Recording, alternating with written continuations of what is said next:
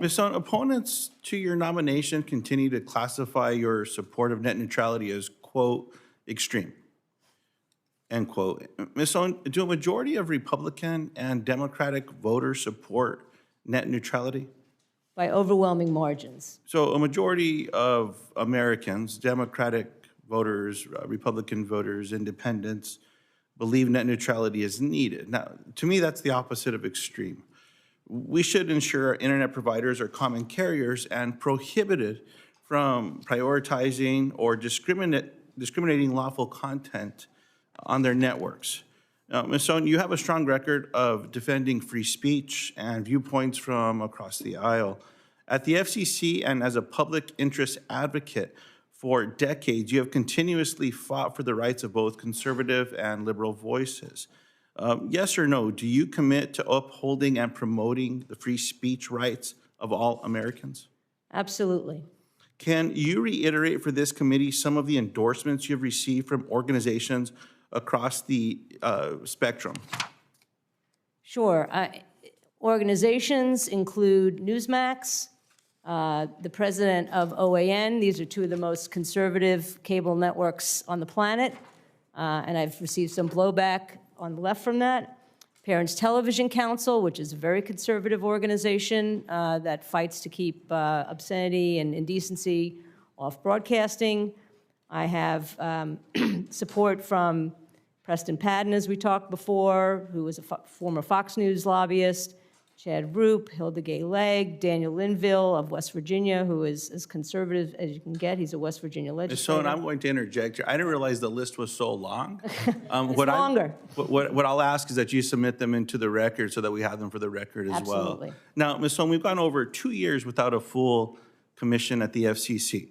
The cost to the American public for this vacancy has been extreme. The FCC is charged with overseeing some of the most critical sectors of the American economy, media and communications. These are massive industries that are also on the verge of receiving a historic amount of public funding from the Infrastructure Investment and Jobs Act. The FCC is the lawful regulator and enforcement agency for the federal government's effort to fight against robocalls and to ensure consumers have a voice on their side when they have an issue with their cable, cell, or broadband provider. Every second we wait, to me, the worse it gets. Can you please discuss the cost this long-term vacancy has had on American consumers? Yes, Senator Luján, you actually mentioned some of them early on in your opening statement. One that really comes to mind is the fact that a $200 million penalty against some wireless carriers who sold personal information to data brokers who then sold them to bounty hunters. And those bounty hunters find people that don't want to be found, including domestic violence victims. They cannot vote that out because they don't have a third vote. I mean, this is a no-brainer.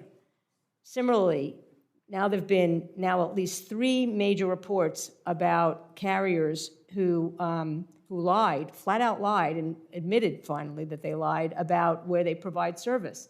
The FCC cannot, they cannot do anything to try to deter that kind of conduct. So the enforcement mechanism of the FCC, when it comes to things like that, really is almost shut down.